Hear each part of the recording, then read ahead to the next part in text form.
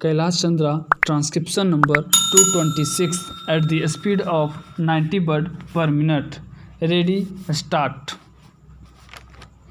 Mr. Deputy Chairman, Sir, I crave the indulgence of the House and also your indulgence for stating certain obvious facts which are very well known but which we are often apt to forget. Sir, the Indian railway system, as the Honorable House knows, is the biggest in the whole of Asia and it is the fourth biggest in the world. It is also the biggest nationalized undertaking and nowhere is such a big experiment made and such a large area covered.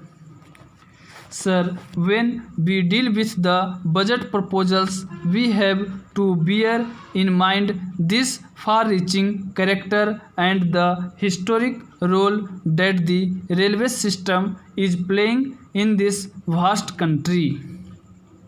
This budget, as presented to us, has to be viewed and considered from this larger angle. Though the budget has taken the usual form of an annual ritual and though it indicates and projects a set pattern, it marks the culmination and the ending of a period of achievement and the budding and flowering of another period of achievement. Sir, we are in a better position today than before to assess and evaluate the results and we can very well draw back a balance sheet of success and failures, of achievements and setbacks, if there are any, so that we may be able to draw up a plan of further development. During the last 5 years, efforts have been made by the Ministry of Railways to release and fulfill the goals and targets laid down in the plan.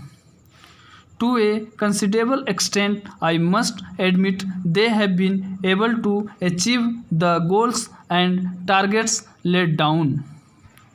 All these achievements and developments that have taken place are really commendable and we would not shirk on our side to pay compliments to them because they deserve them. But when I look at the other side, when I consider the drawbacks and failures that we saw during these 5 years, I feel, sir, that the progress achieved and the developments that they have brought about are not commensurate with the needs and requirements of the growing and developing economy. The minister in his speech has not been able to assess the extent of demand of the country for additional transport capacity and he has not been able to give us a picture of how this challenge will be met and met adequately to remove transport difficulties in the country. I would mention some facts and leave it to the judgment of the honorable members as to whether some of the steps that the Railway Ministry has taken during this period of 5 years have been able to solve the transport difficulties. In spite of the two plans and the additional capacity released as a result of development, the problem of congestion, which has also been referred to by other honorable members, is proving a great deterrent. It has proved a great deterrent in the past, it is proving a great deterrent at present, and perhaps it will prove a greater deterrent hereafter.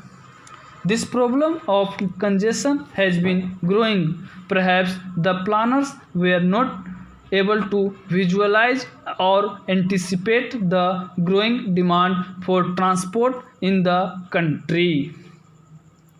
Today, a very critical situation is created. In spite of all developments, goods are not being lifted from the ports. Complaints have been received about this. There is a lot of congestion at the various ports, and there has been considerable delay in moving goods from port areas.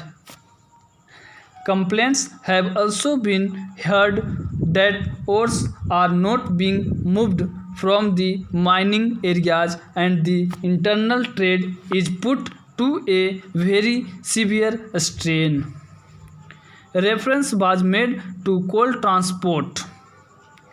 Some of the reports which have appeared in today's papers are very disturbing.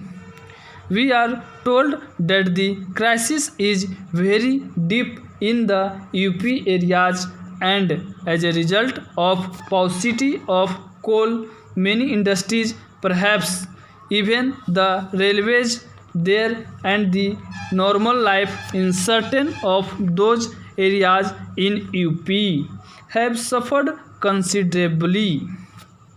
It is amazing that the Minister of Steel, Mines and Fuel, while replying to questions this morning, was trying to shield the Railway Minister. He was saying that the difficulty in lifting coal was not entirely due to paucity of wagons.